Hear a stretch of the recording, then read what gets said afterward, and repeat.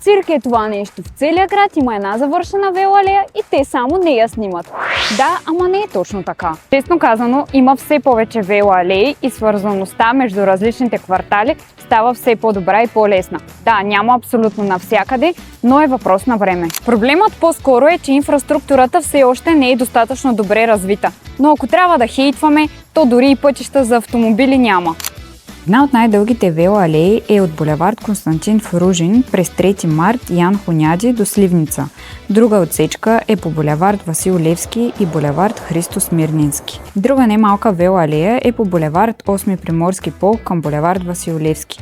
Също има дълга отсечка и по цар Борис III в квартал Виница. Истината е, че градовете стават по-добри, когато има повече начини за придвижване. А колкото повече хора карат велосипеди, градът ще вижда смисъл да инвестира в това да има повече велоалеи. Харесайте и споделете за по-добра Варна утре!